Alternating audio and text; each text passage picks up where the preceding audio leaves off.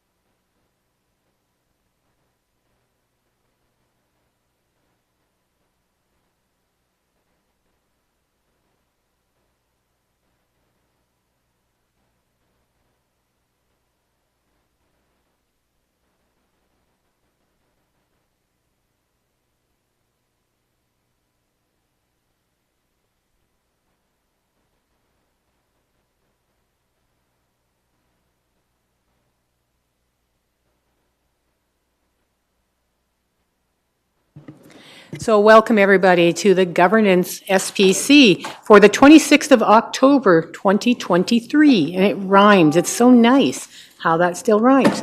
So welcome all. We will start with a roll call, Mr. Westerson, to see if we have quorum. Thank you. Councillor Carlson. Present. Councillor Dodick. Present. Acting Mayor Middleton Hope. Present. Councillor Crowson. Present. All members of committee are present. You are joined also by a few of your colleagues, and Mayor Higgin is online as well. Thank you. Perfect. So I will begin then with the acknowledgement statement. The City of Lethbridge acknowledges that we are gathered on the lands of the Blackfoot people of the Canadian Plains and pays respect to the Blackfoot people past, present, and future while recognizing and respecting their cultural heritage, beliefs, and relationship to the land. The City of Lethbridge is also the home to the Métis Nation of Alberta, Region 3. Moving on to the adoption of the agenda, I have a motion from Councillor Carlson. Be it resolved that the agenda of the Governance Standing Policy Committee meeting of October 26, 2023 be adopted as presented. Councillor Carlson. Thank you, Madam Chair. I'm not sure, are there any additions or corrections? And I don't see present our first presenter. So I'm not sure if we need to schedule that to another day, or I'm not sure how that's going to happen, but Someone was going to check to make sure that she's aware we're going to start. And if not, with everybody's permission, we'll just jump to number 6 and go back to 5 if she's running a bit late. okay, then I have nothing further. I'll call for the vote. Question's been called. All in favor? Passes unanimously. Moving on to the consent agenda, I have a motion from Councillor Dodick. Be it resolved that the minutes of the Governance Standing Policy Committee meeting held on September 21st, 2023 be approved, and the Chair and City Clerk designate be authorized to sign the same. And further be it resolved that the status of initiatives for October 26, 2023 be received as information. Councillor Dodick. Questions been called. All in favor? That is the word of the day, self-explanatory. All right. Does anyone know if Ms. Bruce Head Mountain Horse is available? Okay. Okay, if not, we will, like I said, just jump to the submission, and we will move to her when she comes into the room. So the Ethics Advisory discussion, you did have, and I thank you to the City Clerk's office for resending sending all the information on our previous resolutions, what the Integrity Commissioner was about, etc. I know I've had conversations with a few of you, and there's been some conversation about whether this was actually a position we thought we actually might need. So I just want to give you a sense of where we are right now. Because we have already looked at the Integrity Commissioner, and it has been, oh gosh, what's the word, Mr. Westerson, that I can't think of? No, not defeated, but it was rescinded. We need the official word for it. Under our current bylaw, we cannot relook at a rescinded motion within the first term or the same term of council without a few options. We can have it so that the motion to rescind would be considered inappropriate, and then it would go back to a vote and we could move it forward. Or we could go forward and just leave the Integrity Commissioner and have what's like an ethics advisor conversation, and basically have the same conversation under a slightly different name and a slightly different term. Those are where we are because that conversation is already had. And so I know I've had conversations with a few people who are like, you know, if I knew now what I knew then, or knew then what I know now, I may have voted differently on that. So that's why this is back on here more as a conversation. If everybody says, just stop it where it is, we rescinded it for a reason, we don't want to move forward, it again dies. If people say, you know, we really did like what we had done, and maybe we want to consider reconsidering the rescindment, then we can look at the options. Or people are saying, nah, you know what, ethics advisor is a better conversation. And so that's why it's just here as a verbal to get a sense of where people are on this conversation, so that A, we do not have administration do work that isn't necessary, and B, so that if it is necessary, we have the conversation. And by looking at this, Councillor Dodick, you were first in the queue. I know now what I knew then, and I am still not in favor of either. So you want the conversation? That was my conversation. Okay. Councillor Carlson. Thank you, Madam Chair.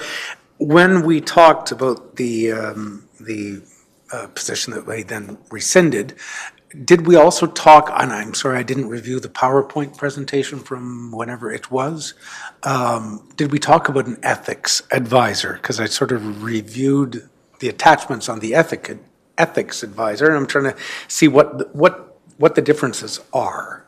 And I'll be honest, I didn't have time to sort of do all the exploration on my own, so I wonder if somebody else can explain it to me. Okay. Either Mr. Lowen or Mr. Westerson, do you have a bit of information on that? Mr. Lowen, I believe, would like to have the floor.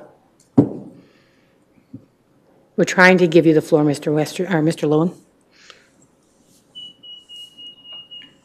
Do I have to unread myself, or? I'm on. Okay, Mr. Lowen, you're on. Typically, the term integrity commissioner is the function, and this, there's slight variations, is the function where if there's a complaint, it's adjudicated and investigated by the integrity commissioner, and then a decision is made by council. The ethics commissioner is typically somebody you would go to for advice. You're in a situation, how should I behave ethically? If you rely on the advice of that ethics advisor, then that's usually a full defense if there is a subsequent complaint. So some places separate the two functions and some don't. And if I can, I sort of understand that. But is it envisioned with the ethics advisor that it is, the onus is on me? So I'm in a position where I'm accepted a contract from a subcontractor at the city, and I'm wondering if that's an appropriate thing to do. I go there, or is it something that Councillor Campbell has accepted a subcontract, and I say, I think this needs to be reviewed by the, or can it work both ways? It could work both ways. So typically, if you made a complaint about Councillor Campbell, that would be an integrity commissioner. Otherwise, you might just go to your colleague and say, I think you should talk to the ethics advisor about that in a friendly way. And that's typically the difference between the two functions. And while it would be up to you if you felt like you wanted that advice, generally speaking, the ethics advisor will do things like put on perhaps a lunch and learn. Here's a recent court case. Here's things to be careful of if you're being, as you're getting ready for going out to raise money in the election when that time comes and those sorts of things. And thank you. I appreciate that. That helps. My final thought was, and maybe it's done a multitude of different ways in different jurisdictions, but is that typically an on-staff position, or is it a contracted position, you know what I'm trying to say? It's almost always contracted. Okay. Even a large city like Edmonton or Calgary would have a contract, and beyond that, it's even typically changed after a while, and that's to preserve sort of that independence so that you don't do it to try and curry favor with it so that you get the next contract, those sorts of things. And Gotcha. for a smaller city, it would be a smaller contract that's used less often, and for a larger city, it's a bigger contract that's used more often. So Okay. that's about it. Thank you. Thank you, Madam Chair. Okay. Acting Mayor Middleton Hope. Thank you. So just to clarify from what Mr. Lowen was saying, integrity is investigative, ethics is educational. I'm in favor of the integrity commissioner. So I am in favor of revisiting it. So your recommendation would be to look at a way of rescinding the rescindment? That'd be a double rescinding. Yeah. Just, let's not go down the road that we do a triple rescindment, though. Okay, so okay. We have heard what Councillor Dodik's feelings are. Councillor Carlson? Yes. Again, just a straw vote. Where are you thinking on the terms of this? I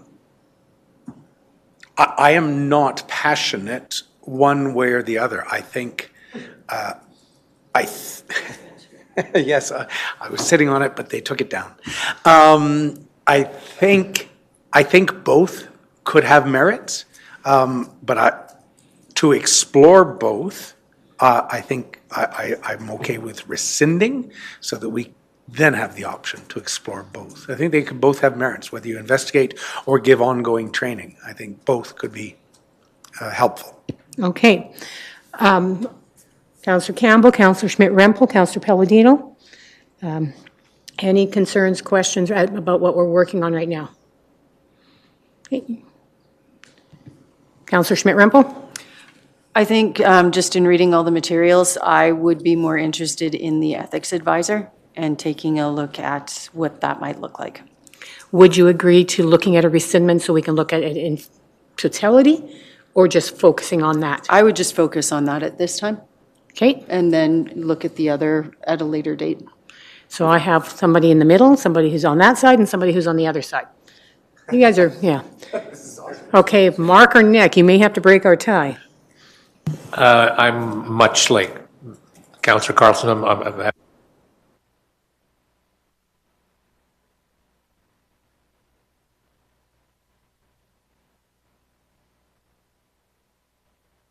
I mean, yeah. Oh, I'm back on. Yeah, no. Yeah.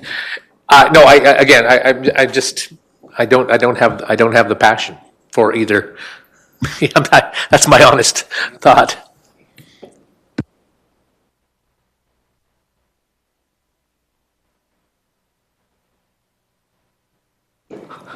Thank you.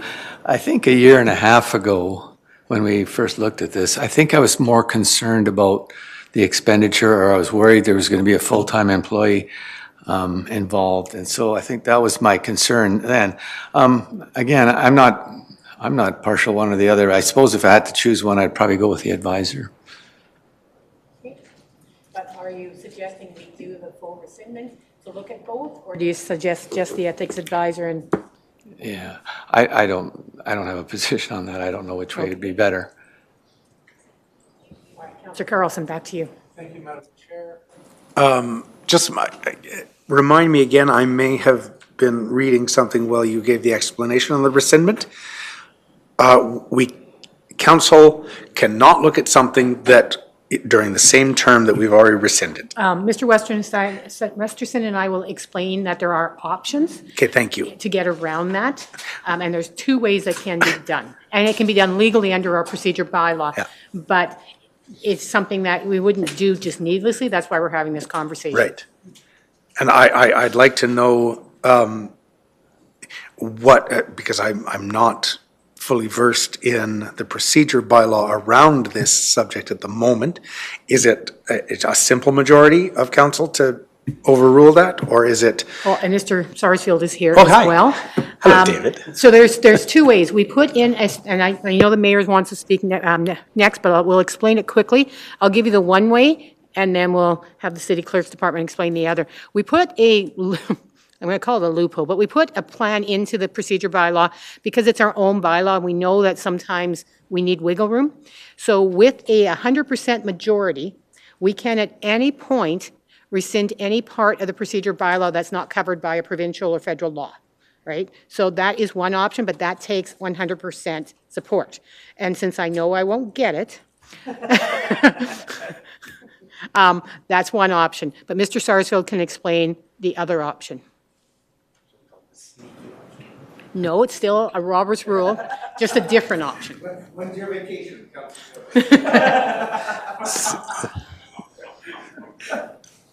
So the option which is less sneaky is in the procedure bylaw, and what it talks about is the process to rescind. And the process to rescind, it requires 2/3 vote. So if you wish to rescind any motion, it requires 2/3 in the majority to do, 2/3 vote to change a process or start a different process. That's probably one of your better options. Yeah. So those are the two options, which is why, again, don't want to waste anybody's time. That's why we're doing a straw vote. Mayor Higgin.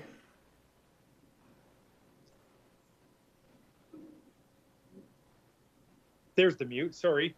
I've got nothing to add to it. I just seeing the numbers and seeing the loophole. The question I would have, call it loophole, but cannot be brought back. So I think about a resolution, and sometimes you bring a resolution back, and if it's changed a little bit, is that just procedurally we've done that, or literally? I'd like to find out if you cannot bring something back. Like, is there? And I haven't dug deep enough into that policy, but it's in stone, you can't, or is it just something we've always done? No, it's because it's the way we wrote our procedure bylaw. We set it up so that if, again, we can always reconsider things within the same term. But the fact is this was there and then was rescinded. That's why it's in a slightly different world now. And reconsidering a rescindment is a little bit stricter in our procedure bylaw, but it's our own procedure bylaw. We wouldn't, it's not a rule anyone else has set for us. That's why I absolutely love you people that love policy. So no, I'm there. Either way, I've got no real input on it. What I would like to see, I'll be very honest, is now that we've heard some of this as far as how the bylaw is written, what is the rescindment, the percentage, how that is both an advisor, what those roles exactly are. I'd like to see more of those, and I know we've had them in the past, but again, it's been some time, and I haven't gone back and looked at that. I'd like to have a better look at those, but this will come to council anyways, if it is an option. So I'm okay with what the governance decides to put through to council, knowing that before that time, I will be sure to look into what these different roles are. Right. And how this all is tying together, under each term of council, we must legally review our code of conduct bylaw. And so in the end, the resolution that's going to be coming forward is to ask administration to review it. And we're looking here to partly give them guidance as they're reviewing it, of whether, they can even suggest an integrity commissioner under this review because we've already said no to it, or can they only suggest an ethics advisor? So that's why we're having this, because again, we don't want to say, go review the code of conduct bylaw, and they bring us back, hey, here's how you should do it. And we're like, oh, yeah, we can't because we've already rescinded that. So that's why this conversation is here, because again, we don't want to waste anybody's time if the review goes forward. Does that make sense?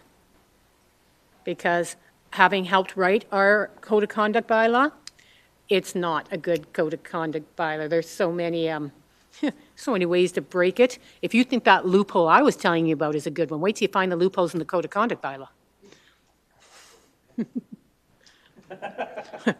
Mayor Higgin? Thank you for that, Chair Croson. What I'm seeing throughout different municipalities, I'm sure you have as well as my other colleagues have, is that this is something that has really been top of mind for many different municipalities, and especially as of late. Why that is, multiple different reasons, I'm sure. However, we just know that it is. And I know when I speak with my colleagues from Mid-City Mayors, this is something that is talked about all the time, as well as the province when they're there. And I'm sure the conversations up at Alberta municipalities, the same thing. This is something that I never seen 8-9 years ago. I just didn't see it as much as it has been the last few years. So, it's something definitely we need to get a feel on for sure, because it's something that is of great importance for sure. And all other municipalities, like I said, are really struggling with this at the moment as well. Yeah, so absolutely. I think we've all read and seen a lot of communities that are being looked at by Alberta municipalities and or by the provincial government, and having really good codes of conduct and having us all well understand it and all understand it, how we fit into it, is essential. And we want to make sure we do our due diligence, so we're not one of those communities ever that is getting the report that every other community is reading through going, they did what? Yeah. Councillor Carlson? Thank you, Madam Chair. And I'm not sure how long these things take. I'm just sort of cognizant that we're heading into fall. We've got some finance committee meetings. Then there's Christmas season, and then other things that are happening in that time. So I'm not sure what the timeline is. That is the only thing that's in my motion that isn't complete. And that's where we now negotiate with Mr. Brierley to try to find how long it might take for the code of conduct bylaw. Like I said, it has to be done during this term. That is within the next 2 years. I'm hoping sooner, but that is one of the discussions we'll next move to. Because one of my concerns or thoughts or questions is there's always more than one way to skin a cat. And you've got the ethics commissioner here. You've got oh no, the Humane Society is going to be phoning me. Cancel my volunteer opportunities. Is it an opportunity, and I know we've done this at governance in the past, is to brainstorm or bring forward educational opportunities, professional development sessions, et cetera, for council? And I'm wondering if some of those things may be speedier. Why don't we let Mr. Brierley talk about some of the things he's been busy working on? Thank you. Yes, yesterday, day before, I forget what day it is. Tuesday, I had a discussion with the Ombudsman's office, who reached out to me expressing interest or seeing if there would be interest in them coming to the city of Lethbridge. They hadn't been here for quite a while to put on a presentation, and we had a very good discussion about potentially, you know, if there was interest in a presentation to council and or to administration, and then talked about possibly a presentation to the larger area, including city of Lethbridge, but as well as a number of the surrounding communities that could have some of their representatives attend and put on a session. So I said, go back and think about that and the timing and get back to me, and I haven't heard back them yet, and so I'll probably prompt them tomorrow to see where it's at. So that's one of the pieces that I think might be of value, because they're still, I didn't realize this coming from other municipalities where I'm just really used to dealing with the Ombudsman, that they're still newer in Ontario, Mr. Lowen. Oh, in Am Alberta. I correct? The Ombudsman's newer in Ontario, and that there isn't quite the familiarity. So I think there's benefit no matter what, whether if council's interested or not, but that is an opportunity that I'm definitely, from an administrative perspective, interested in having them come. And as we do that training, right, we'd probably say things in the training that would then, administration would take back into the code of conduct bylaw. et cetera. Exactly, yep. And to that, if I can touch on the I think I heard within 2 years on code of conduct, I could commit to that. That was not. Yeah, beyond that, you know, getting it down to by Q2 of, I don't have enough information to provide you a definitive answer on that at this point, unless Mr. Lowen has something that I don't. But that's, we'd have to sit down and look at it and see what kind of work do we need to do, and then come back with a timeline on it. And an option open to us, and we've done this with other things at SPCs, we could move it along without a date and request that they bring a date by the time it comes back to a council meeting. Right, and that would be the November 14th meeting. I love the seminar idea, but I'd like to know more about what the seminar entails. Is it just a person out there talking to you and us sitting and listening?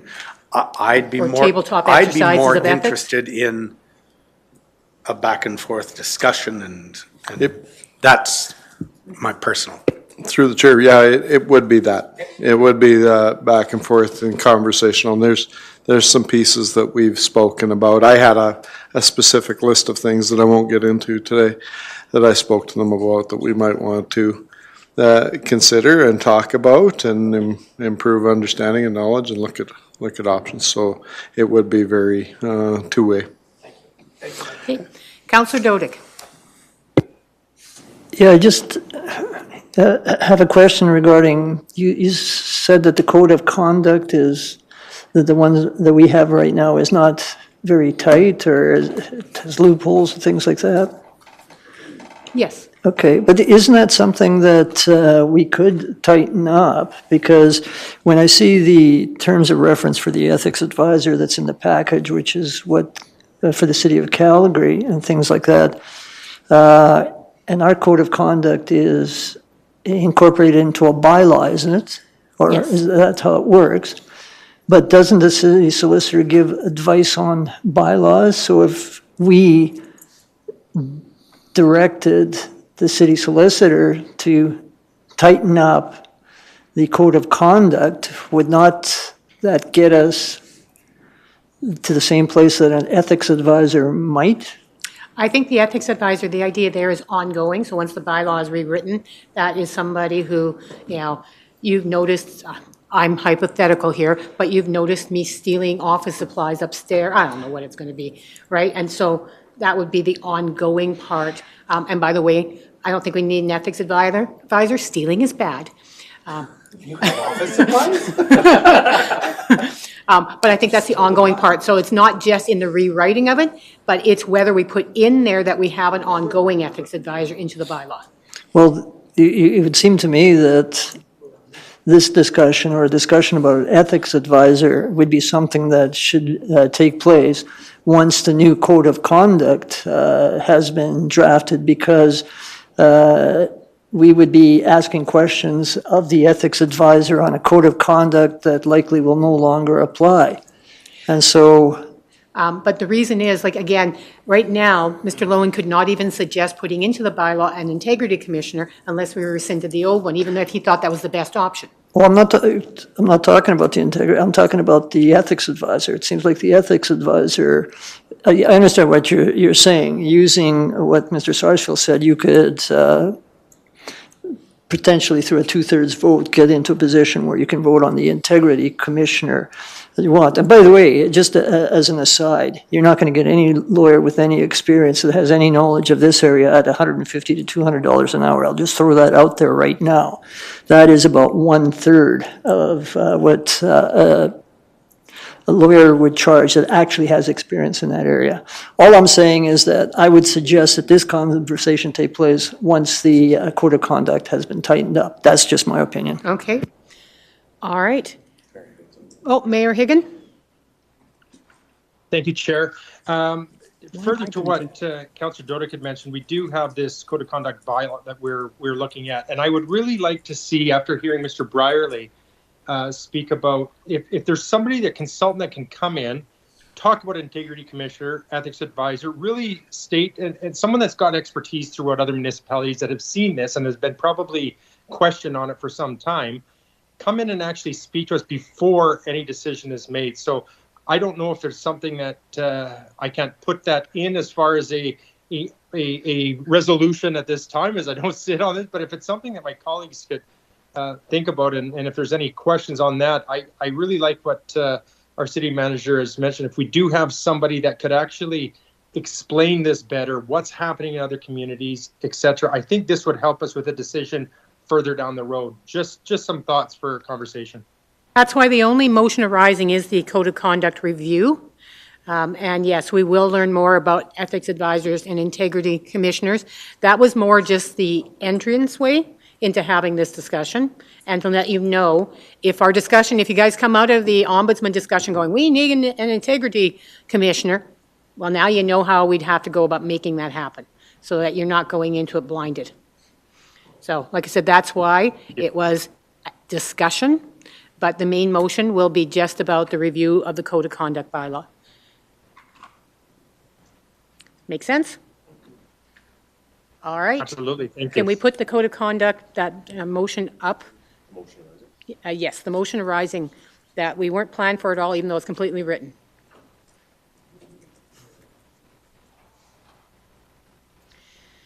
So I will read it. Whereas City Council has passed the Council Code of Conduct Bylaw 6125, July 23rd, 2018, and whereas the Code of Conduct for Election Officials Regulation AR 200/2017 requires each council to review and update its code of conduct and any related bylaws at least once every 4 years, and whereas such a review has not taken place, therefore be it resolved that the Governance Standing Policy Committee recommends City Council direct administration to conduct a review of the Council Code of Conduct Bylaw 6125, providing a report and recommendations to City Council. Now, we have the by. We could just stop after the City Council today and just put a period there, with the understanding that they will try to get us the date by the time it comes back to council, rather than sitting here arguing about a date. So we just stop after City Council today and ask Mr. Brierley to try to get us a date by the time it comes back. Even if you are saying we really can't do it within a year and a half, we just need to have something, or we'll be hounding you because that's who we are.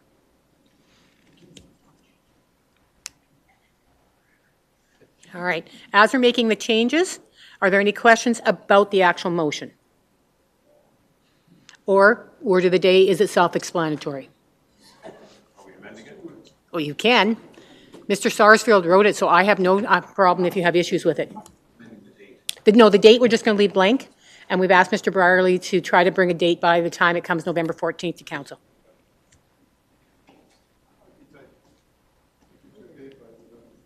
Yeah, you're just going to bring a date, possibly.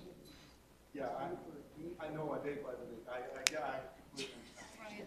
I'm just thinking, if I happen to disagree with the Yeah.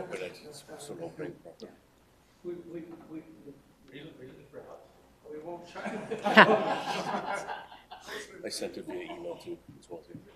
Yeah. Knowing that everybody has lives and things can change. All right, Councillor Carlson.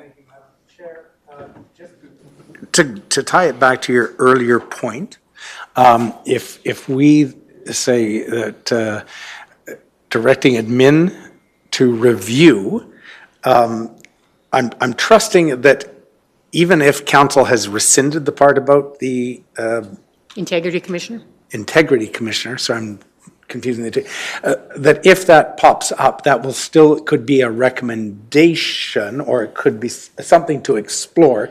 I'm trusting that our administration will not say, oh no, they've already removed that, so we can't discuss that. That was why we had the conversation, Yeah. but I'll leave it to Mr. Lowen. Our having rescinded it doesn't stop you from recommending it if it's the best possible option. Would that be accurate? Thank you for asking that question. More concise.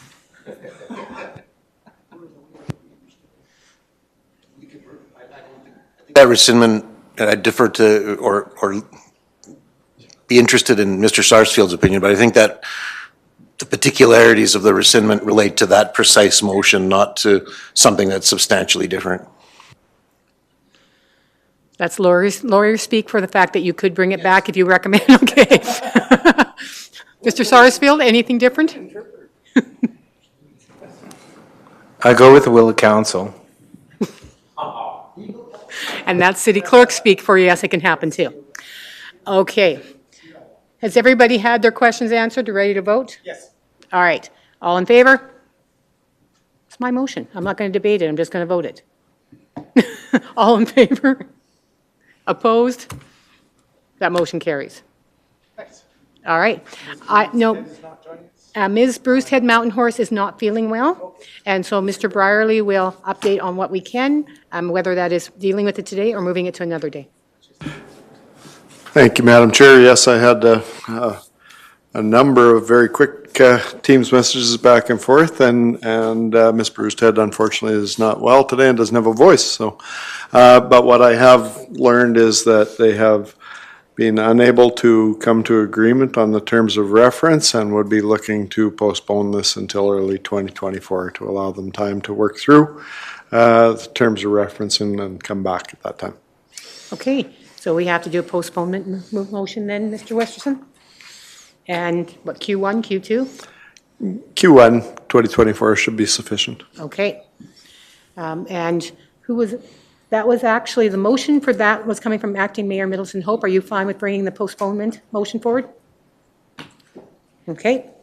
So postponement motion from Acting Mayor Middleton Hope to postpone the conversation about the terms of reference for Reconciliation Lethbridge Advisory Committee till Q1 2024. So you called the question? Yes, I call a question, Madam Chair. Question's been called. All in favor? That passes unanimously. Now, you didn't vote? Would you like us to vote again? No. All right. We do need to go back into closed session to deal with 7.2. So from somebody on the committee, can I get a motion? Okay, Councillor Carlson, all in favor? All right. So we are back in closed session.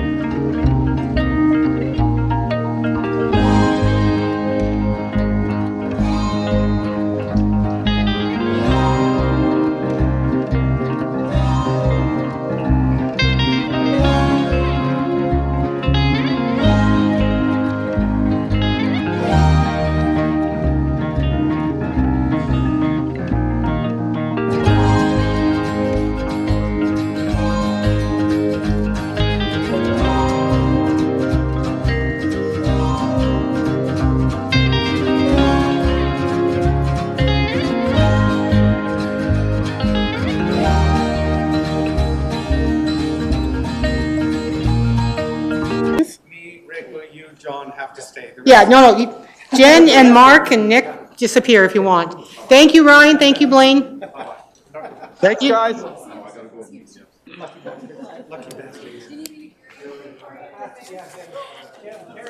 And the two motions are coming forward by Acting Councillor Dodick and Acting Mayor Middleton Hope. You have the two in-camera motions. Let me know when we can move ahead. Madam Chair, you managed this debacle quite well. Yes. It's almost like I like governance. Are we good to go? Okay. So coming out of in-camera, we have two motions. 7.1, City of Lethbridge Strategic Plan. Be it resolved that Governance Standing Policy Committee direct that the closed meeting reports, documents, presentations, and discussions with respect to the strategic plan matter remain confidential pursuant to Sections 24, Advice from Officials of the Freedom of Information and Protection of Privacy Act. And further be it resolved that the Governance Standing Policy Committee recommends that City Council direct administration proceed with the confidential direction received in closed session. Councillor Dodick. I thought it'd be self-explanatory. All in favor? Passes unanimously. And the second motion coming from Acting Mayor Middleton Hope, boards, commissions, and committees matter. Be it resolved that the Governance Standing Policy Committee direct that the closed meeting reports, documents, presentations, and discussions with respect to the boards, commissions, and committees matter, number 1, remain confidential pursuant to Section 16, harmful to business interests of a third party, 17, harmful to personal privacy, and 24, advice from officials of the Freedom of Information and Protection of Privacy Act. And further be it resolved that the the commission under discussion be invited to a future SPC. Or whatever it said up there. I could have read it up there. Yes, All I'll right. call a question. Question's been called. All in favor? Oh. All in favor? Oh, just a second. We added something to the agenda, so there's a 7.3. Okay, 7.3, we will give to Councillor Carlson. Be it resolved that the Governance Standing Policy direct that the closed meeting reports, documents, presentations, and discussion with respect to the security matter remain confidential pursuant to Section 24, Advice from Officials of the Freedom of Information and Protection of Privacy Act, and further be it resolved that administration move forward with the confidential direction. Councillor Carlson. Call for the vote. Question's been called. All in favor? That passes. We are out of here. We're adjourned. I don't know. That word wouldn't come to me. Thank you. Well, thank you all for advocacy tomorrow morning at 9. We've got